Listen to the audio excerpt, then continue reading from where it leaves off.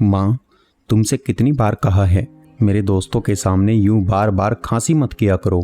अच्छा लगता है क्या कोई घर में आए और तुम हर समय खांसती रहो? तुम्हें शायद पता नहीं, तुम्हारी खांसी की आवाज़ से परेशान होकर मेरे दोस्त यहाँ से जल्दी चले गए। और एक दोस्त तो यह भी कह रहा था कि उस दिन भी तुम्हारी माँ बहुत खांस रही थी। अब तक उनकी खांसी गई नहीं क्या? कहीं उन्हें कोई गंभीर रोग तो नहीं? हमें यहाँ आना बंद करना पड़ेगा। और हितेश, तेरे परिवार का ध्यान रख, वरना कहीं इनकी वजह से तेरे परिवार को कुछ रोग ना हो जाए। माँ, आप अपने कमरे से ज़्यादा बाहर मत निकला कीजिए, हितेश गुस्से में अपनी माँ कलावती जी से बोला। पीछे से हितेश की पत्नी सीमा भी बोली, हितेश, मैं तो तुम्हारी माँ को समझा समझा कर थक गई, मगर इनके कानों तो जूं तक नहीं रेंगती। पूरे घर में यूं ही खांसते खांसते घूमती रहती हैं। इन्हें तो इतना भी नहीं पता कि मुंह पर हाथ रखकर खांसी खांसनी चाहिए। घर में 2 छोटे बच्चे भी हैं, कम से कम इनके बारे में ही सोच लेती, मगर नहीं, इन्हें अपने कमरे में एक जगह बैठा ही नहीं जाता। कलावती जी बोली, तुम दोनों के पास ना तो मेरे लिए समय है और ना मेरे लिए पैसे है। घर के इलाज कर करके थक गई हूँ, मगर खांसी में कोई फर्क नहीं पड़ा। फिर भी तुम लोग मुझे अस्पताल लेकर नहीं जाते, उल्टा कहते हो कि खांसी मत खाओ। भला खांसी कोई जानबूझकर करता है क्या? कितनी बार कहा मुझे डॉक्टर को दिखा आओ, मगर तुम दोनों को अब इस बुढ़िया की फिक्र कहाँ है? सीमा हाथ जोड़कर बोली, माँ, आप अपने कमरे से बाहर मत निकला कीजिए, बस इतनी मेहरबानी कीजिए। हाँ, नहीं है हमारे पास आपके लिए पैसे, मेरे भी 2 बच्चे हैं, उनकी जिम्मेदारियां पूरी करे या आपके पीछे पैसे लुटाए। आपको तो बस बैठे बैठे मुफ्त की रोटी तोड़नी आती है, काम की ना काज की, दुश्मन अनाज की। कलावती जी बोली, बहू, अब तक तो सारे घर का काम तुम मुझसे ही करवाती आई हो। तूने तो सिर्फ बच्चे बड़े करने में अपनी उम्र बिताई है, मगर मैंने इस मकान को घर बनाने में अपनी उम्र बिताई है। घर का एक एक कोना सजाया है मैंने, घर की साफ सफाई से लेकर रसोई भी संभालते आई हूँ। मगर मैं आज जब इतने दिनों से यह बुढ़िया खांस रही है तो किसी को रत्ती भर फिक्र भी नहीं है मेरी। हितेश बोला, माँ, सीमा बिल्कुल सही कह रही है। अब आपकी तो उम्र हो चली है, मगर मेरे बच्चों के सामने तो उनका पूरा भविष्य पड़ा है। आपको तो अब भगवान उठा भी ले तो कोई बात नहीं। कलावती जी बोली, वाह बेटा, अच्छा सिला दिया है तूने मेरी ममता का। अच्छा हुआ तेरे बाबूजी मुझसे पहले ही इस दुनिया से चले गए, वरना अगर आज वह यह सुनते तो जीते जी मर जाते। हमने जब तुझे पाला पोसा तो कभी तेरे दादा दादी को नज़रअंदाज नहीं किया, क्योंकि तेरे आने से उनकी अहमियत कम नहीं हो गई थी। माना इंसान पर अपने बड़ों और अपने छोटे दोनों का भार होता है, मगर इसका अर्थ कदापि यह तो नहीं कि वह बुढ़ों को मरने के लिए छोड़ दे। मगर आज तूने यह सब कहकर यह साबित कर दिया कि तुझे और बहू को मेरी बिल्कुल परवाह नहीं है। कलावती जी अपने कमरे में जाकर रो पड़ी। भला कोई बेटा अपनी माँ को ऐसे कड़वे शब्द कैसे बोल सकता है? अभी 4 दिन पहले की ही तो बात है, जब कलावती जी अचानक सीमा के कमरे में पहुंच गई थी। तब अचानक कलावती जी को देख सीमा के हाथों से हड़बड़ाहट में सोने की चैन का डिब्बा गिर गया, जिस पर लिखा था, हैप्पी बर्थडे सीमा, यह गिफ्ट तुम्हारे प्यारे पति की तरफ से। सीमा ने फटाफट गिफ्ट उठाया और अलमारी में रख दिया और सकपका कर बोली, माँ जी, आप क्यों मेरे कमरे में आ गई? क्या काम था? मुझे बाहर ही बुला लिया होता। कलावती जी बिना कुछ बोले अपने कमरे में आ गई और सोचने लगी, बेटे के पास अपनी पत्नी को सोने का उपहार देने के लिए पैसे हैं, मगर अपनी माँ का इलाज करवाने के लिए? क्या शादी के बाद बेटा इतना बदल जाता है? क्या बहू का अपनी सास के प्रति कोई फर्ज नहीं? आज मैं बेटे पर इतनी बोझ बन चुकी हूँ कि वह मेरे मरने का इंतजार कर रहा है। आखिर मुझ पर बेटे का कितना खर्च हो जाता होगा? लगभग 4 या 5 साल से तो मैंने एक साड़ी भी नहीं खरीदी है, उल्टा घर का सारा काम करती हूँ, वह अलग। फिर भी मैं इन दोनों पर बोझ बन चुकी हूँ। यह सोचकर वह बहुत रो रही थी। इतने अपशब्द सुनने के बाद उनकी हिम्मत हारने लगी थी। उन्हें हितेश के बचपन के दिन याद आ गए। हितेश माँ कलावती जी और पिता रघुवीर जी का लाडला बेटा था। रघुवीर जी कहते, देखना कलावती, एक दिन हितेश पढ़ लिख कर हमारा नाम रोशन करेगा। हितेश केवल 10 वर्ष का था और रघुवीर जी का निधन हो गया। मगर कलावती जी ने सिलाई कढ़ाई का काम कर हितेश की पढ़ाई पूरी करवाई। आगे चलकर हितेश का पढ़ाई में मन नहीं लगता था। उसने जैसे तैसे पढ़ाई तो पूरी कर ली मगर नौकरी नहीं की और खुद का व्यवसाय खोला। कलावती जी ने हितेश की शादी करवा दी। शुरुआती दिनों में तो सब सही चल रहा था मगर धीरे धीरे बहू सीमा ने अपने असली रंग दिखाने शुरू कर दिए। 2 बच्चों के जन्म के बाद उसने घर के काम करना तो दूर, काम छूना तक छोड़ दिया। घर के सारे काम की जिम्मेदारी उसने कलावती जी के कंधों पर डाल दी। कलावती जी के कुछ भी कहने पर सीमा बात का बतंगड़ बना देती और हितेश के कान भर देती। धीरे धीरे हितेश भी सीमा के रंग में रंगने लगा और कलावती जी को जो मुंह में आता वह बकने लगता। कलावती जी तो बहुत पहले से ही अकेली हो चुकी थी मगर आज इतने कड़वे शब्द उनसे सहन नहीं हो रहे थे। उनका रो रो कर बुरा हाल हो रहा था कि पास रहने वाली उनकी सहेली कमला घर आई। वह कलावती जी से बोली, एक खुशखबरी है कलावती, कल ही अपने गांव में एक डॉक्टर पति पत्नी आए हैं। सुना है विदेश से आए हैं, जो हम जैसे बूढ़ों का इलाज मुफ्त में कर रहे हैं। उनके साथ उनका 6 साल का बेटा भी है। सुना है थोड़े दिन यहाँ भारत ही रहेंगे ताकि हम जैसे बूढ़ों का इलाज मुफ्त में कर सके। कलावती जी खुश होकर बोली, क्या वे मेरा भी इलाज करेंगे कमला? कमला बोली, मैं अभी सुबह ही उनसे अपना इलाज करवा कर आ रही हूँ कलावती, तू अभी चल मेरे साथ, तुझे भी बहुत समय से खांसी है। कलावती जी भी कमला के साथ उन डॉक्टर दंपत्ति के पास पहुँचती है और अपना इलाज करवाती है।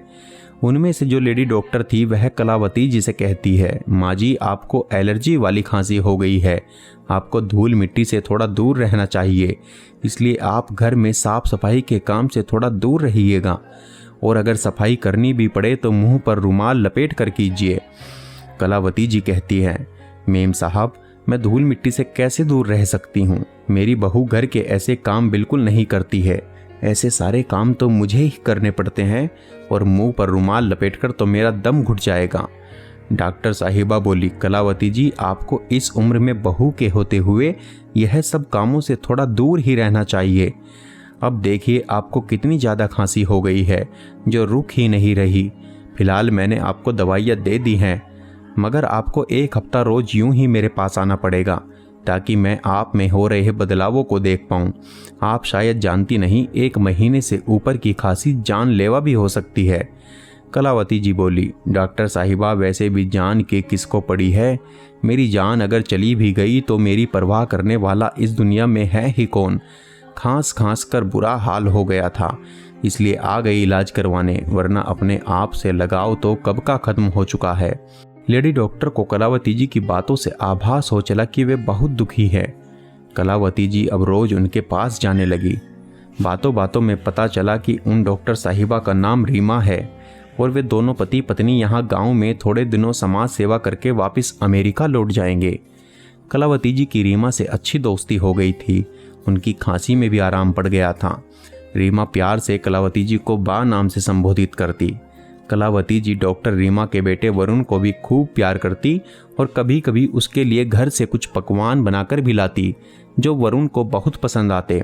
कलावती जी ने भी डॉक्टर रीमा को सब कुछ बता दिया था कि उनके बेटे बहू उनसे कैसा व्यवहार करते हैं।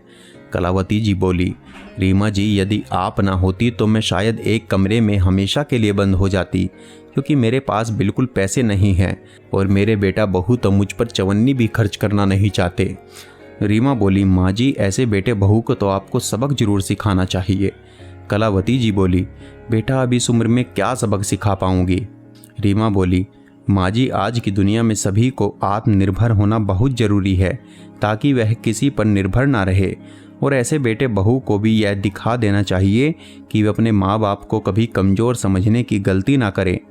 कलावती जी को रीमा की यह बात बिल्कुल सही लगी। रीमा कलावती जी के जाने के बाद सोचने लगी, काश मैं बा की कुछ मदद कर पाती। वरुण कलावती जी के साथ बहुत घुल मिल गया था। यह देखकर रीमा ने कलावती जी से हमेशा के लिए अपने साथ अमेरिका चलने के लिए कहा। रीमा बोली, माँ जी हम दोनों दंपत्ति का तो अस्पताल में ही पूरा दिन बीत जाता है, अगर आप वहाँ आकर मेरे बेटे रसोई का काम संभाल ले तो आपकी इनकम भी शुरू हो जाएगी और आपको यहाँ आपके ऐसे बेटे बहू के आगे कभी हाथ भी नहीं फैलाने पड़ेंगे। कलावती जी पहले तो सोच में डूब गई, क्योंकि उन्होंने इस घर को अपने 60 साल दे दिए थे, मगर फिर भी बेटा बहू उनके नहीं हो पाए थे। वैसे भी ऐसे बेटे बहू के साथ रहकर अपना सम्मान खोने से बेहतर यही था कि डॉक्टर साहिबा के साथ जाकर आत्मसम्मान की रोटी खाना। कलावती जी ने तुरंत हामी भर दी। कलावती जी भी अब सम्मान की रोटी खाना चाहती थी। रीमा ने तुरंत उनका पासपोर्ट बनवाने की तैयारी शुरू कर दी। रीमा ने कलावती जी में एक आस जगाई थी, जिससे कलावती जी बहुत खुश थी। रीमा के पति विवेक वापस अमेरिका जा चुके थे। रीमा कलावती जी को साथ लेकर जाना चाहती थी, बस पासपोर्ट बनने का इंतजार हो रहा था। थोड़े समय में सारी प्रक्रिया खत्म हो गई और कलावती जी हमेशा के लिए रीमा के साथ यहाँ अमेरिका चली आई। सीमा बोली, अच्छा हुआ बला टली, वैसे भी बुढ़िया यहाँ मुफ्त की रोटियां तोड़ती थी। कलावती जी अमेरिका जाकर वहाँ रच बस गई। पूरे दिन वरुण और रसोई संभालती और बदले में पैसे और सम्मान दोनों पाती। कलावती जी के खुद के बेटे बहू ने कभी उसकी खबर तक नहीं ली, मगर यहाँ दोनों डॉक्टर पति पत्नी ने कलावती जी को माँ की तरह सम्मान दिया। रीमा ने कलावती जी को अपनी माँ जैसा प्यार दिया। यहाँ आकर कलावती जी ने कभी भी अपने स्वार्थी बेटे बहू को याद नहीं किया। लगभग 15 वर्ष हो गए। कलावती जी को अमेरिका में एक दिन अचानक उनके बेटे हितेश का उन पर फोन आया और वह रोते हुए बोला, माँ तुम्हारी बहू सीमा को ब्लड कैंसर हो गया है और मैं बहुत मुसीबत में हूँ। शायद हमने जो तुम्हारा हर पल तिरस्कार किया यह उसी की सजा है। माँ मुझे माफ़ कर दो।